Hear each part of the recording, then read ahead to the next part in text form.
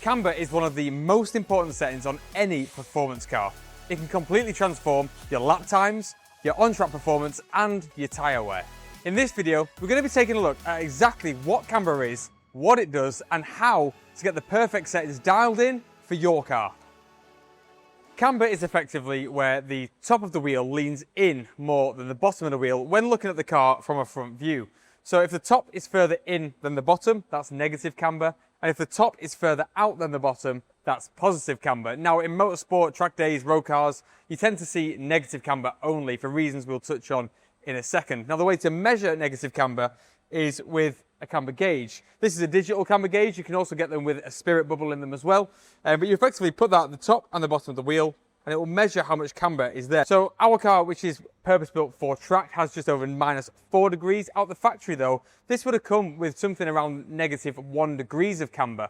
Now that's only a very small difference between the two numbers, but the effects are absolutely massive when pushing the car out on track. So why is camber so important? Well, out the factory, if you took your car out on track or even pushed it hard on the roads, you're going to experience a lot of understeer, and that's going to be due to a lack of negative camber.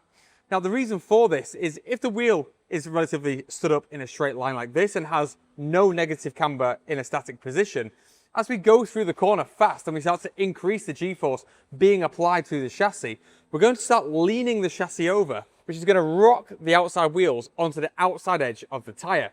This lifts up the inner edge, reducing contact patch overall, leading to a reduction in grip, which therefore causes understeer. So what we want to achieve with a performance car out on track or even pushing hard on the roads is we want some negative camber as standard when it's in a straight line. When we do this, it means as we go through the corner and the car starts to lean onto the outside edge, it's actually going to lean onto the entire width of the tyre through the corner, maximizing grip as we're using all of the tyre through the corner. On exit, we're then going to start straightening back out and then leaning back off it again for corner exit. This means that in the corner, where we want as much grip as possible from that tyre, we're going to get a maximum amount because we're using the entire width of the tyre at its maximum efficiency. Now, if we do this on the front axle, we're going to reduce understeer significantly. So if it's so important to have that negative camber on our car to get that cornering performance out of it, then why don't they come out the factory with that much negative camber? Even on performance cars like the Porsche GT4 behind me, and Ferraris, supercars, they all have a very little amount of front negative camber in particular. Now the reason for this is understeer. From a manufacturer's perspective, they sell this car worldwide to absolutely anybody of any driving level or expertise. So it's very important for them to set the car up so on the limit it has severe understeer. Now the reason for this is because understeer is much easier to correct than oversteer, and it's also a natural response to understeer that causes the correction. So if you start to understeer on the limit, the natural response to that, even if you're not a professional driver or you've had no training, is just lift off the throttle and that is going to recover the understeer for you. And that's why they put it into the cars to sell worldwide. However, if you're a more experienced driver and you want to push your car a lot harder, you actually want a much more neutral balance because the only solution to understeer is to lift off. And if you're trying to set a nice lap time or have fun out on track, then you don't want to be constantly lifting off the throttle, slowing the car down just to get the front end round the corner. You want the grip there, you want a more neutral balance so you can actually drive the car harder and properly and actually enjoy the drive as well. So we know we want more camber, but how do we get more camber? So on a lot of cars, the front axle isn't adjustable, particularly on more modern cars. On the Porsche here, it is adjustable out the factory. It has slotted top mounts that can be slid, and it also has low control arms that can have shims inserted into them as well to give more camber. On something like a BMW M car, like a G80 M3 or an F80 M3, they have a fixed setup as standard. Most cars are McPherson straight out of the factory, so they rely on the top of the shock being moved in to gain that negative camber. So if you don't have camber adjustment on the front axle as standard, like a lot of cars don't, you can buy aftermarket upgrades such as camber plates, which give that adjustment into the chassis to allow you to move the top of the strut inboard to give more camber on the front axle. You can also get lower control arms, which are adjustable for cars that are either double wishbone or McPherson strut as well, to let you actually push camber out by making the lower control arm longer with threaded adjustment or by using shims as well. At the back of the car, camber is often more likely to be adjustable, particularly on performance cars. At the back, there's usually an eccentric bolt that has an eccentric head on it and can be cracked off and turned, and it will actually change the camber at the top or the bottom depending where that is, and that's actually going to alter the camber within a fine window, which gives some adjustability at least. Again, if you want to move to the next level to get even more camber, that's where you start to look into adjustable rear camber arms that can be completely changed in length, and that allows you to fine-tune the settings at the back axle to dial in the camber that you want to see. So we know how to adjust camber and why we need it, but where do we set it to? And this is something that unfortunately is different car to car and tyre to tyre and use case to use case as well. What we do here at Spencer Secrets, if you buy products from us, we actually give you a full bespoke geometry sheet after we ask you some questions about your car, about the mods you have fitted and what you use it for. We'll then build you a specific geometry sheet for your use case. However, what we're going to do in this video is do some generalizations. So we're going to look at 2 cars and 3 use cases per car. First, we're going to start with a rear-wheel drive platform commonly used on road and track, and that's going to be a BMW M car, for example. We're also going to be looking at a front-wheel drive platform, again, commonly used track car. We're going to look at something like a Mark 7 Golf GTI. So when we're looking at 100% road use, we'll start with rear-wheel drive. This is a car on a road tyre like a Michelin PS4S, and it's used all the time on the road, but it could be driven spiritedly as well. Some nice camber numbers for that sort of setting would be negative 1.8 degrees on the front axle and negative 1.6 degrees on the rear axle. Now the reason why the rear is a little bit lower than the front is so that you can put the traction down at the rear wheels in a straight line. The front needs a little bit more negative camber just to help start dialing out that understeer at the front axle to use more contact patch through the corners. But it's not going to take away from anything in a straight line, and it's also not going to massively impact tyre wear for 100% road use. It's going to be a really nice balance between tyre wear and grip levels. As we start to build the car more aggressively, start installing some adjustable components and some stickier tyres, and we approach the 50% track use where we're half on the road, half on the track, we can start to crank those numbers up. So on the front axle, we can go to negative 2.7 degrees, and on the rear axle, we can go to negative 2 degrees. Now, we're going to go up in terms of the numbers just so the tyre can demand more camber, and we're going to be having more grip through the car. We're going to be driving it harder, so it's going to be using more of that tyre as it rolls onto the outside edge, so we can get more aggressive settings. The reason the gap between the front and the rear has increased is because the front axle is going to need a lot more to really help tune the understeer, whereas the back, because it's rear-wheel drive, we're still balancing the mixture of cornering grip and straight line traction when we're getting back on the power out the corner. So as a rule of thumb, we always like to keep front to rear camber between half a degree and 1 degree different, where the front has more than the rear. And that's a really nice rule of thumb as you start to drive your car harder out on track. If we move to 100% track, so this is a car that's being raced or it's going on track all the time, that's all it's being used for. We can go far more aggressive. So on a BMW, we'll be looking to go more like negative 3.5 degrees on the front axle and negative 2.6 degrees at the back.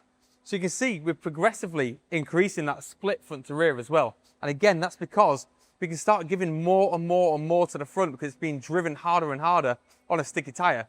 And the front has to deal with braking traction, which is why we haven't gone really crazy on the front axle. But its main job really is to get the car through the corner and use that tyre to get rid of all the understeer, whereas the back is still playing that balancing game of having enough contact patch through the corner, but we still need enough rubber in a straight line on the straights to put the power down. So we can't go too crazy on that split.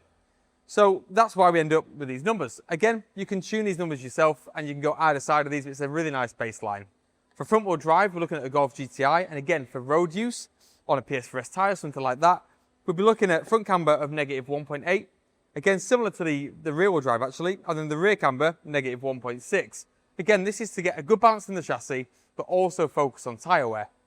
As we move to 50% track, we actually have negative 2.5 and negative 2.5, and that's now even front to rear. The reason why the back can start to catch up with the front as we get more aggressive is because we're not quite as lucky with a front-wheel drive car as we are with rear-wheel drive.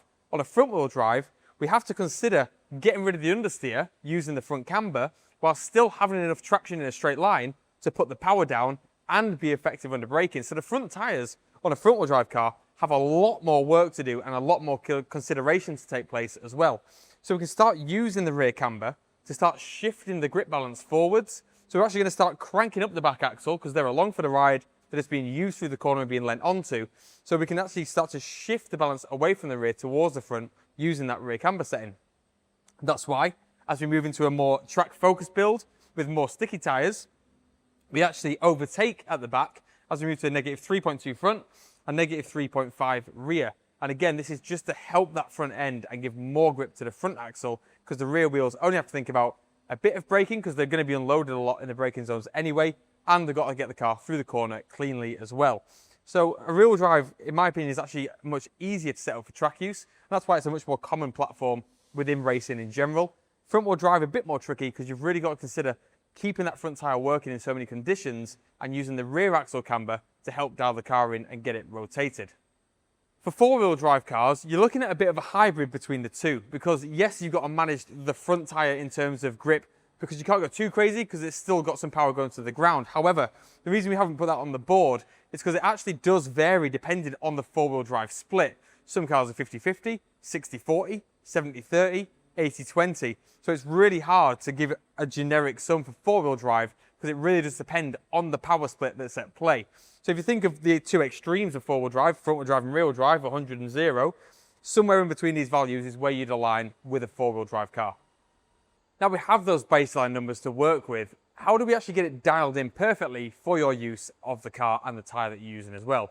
Well, there's a few ways. The first is driver feel. So you can feel if the car is starting to understeer or oversteer, and you can use that as a basis to start dialing in more camber on the axle that requires it.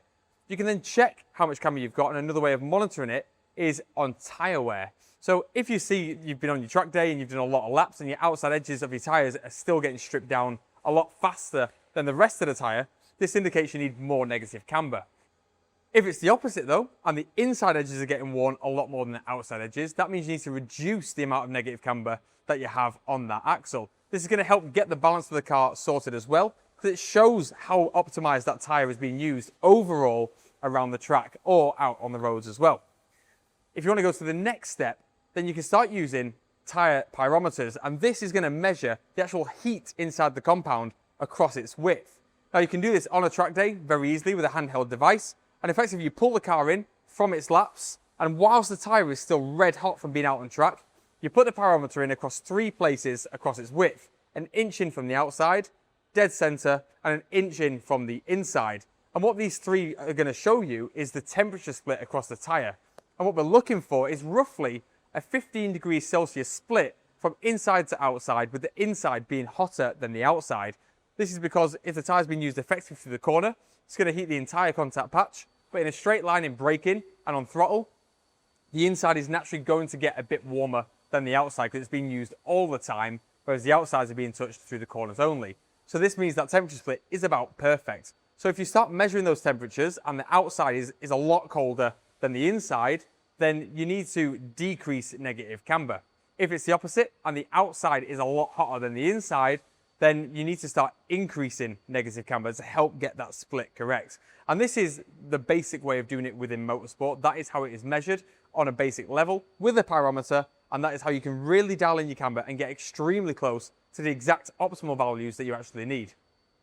We have the next level of technology on our GT4 behind me. We actually have infrared tyre temperature sensors on this car that are scanning the tyre live 24 times a second across the entire width, and it shows us it live on our V-Box display. So we can see exactly at any point on the track, in the corners, on the straights, how the tyre is performing, and that's helped us dial in this car absolutely perfectly to maximize that tyre wear and contact patch to get as much grip out the car as possible. So that is the next level, and it's very expensive to get there. So on a club basis and on a track day basis, it's not really a feasible option. So a handheld pyrometer is definitely a really nice way to go. So that's the basics of everything you need to know about camber and how to get it dialed in to get your car working even better out on track or out on the roads. One thing worth mentioning is that when you adjust your camber, it does also affect the toe angle of the car. So you would need to get a full alignment done on the vehicle if you're looking to change your camber settings.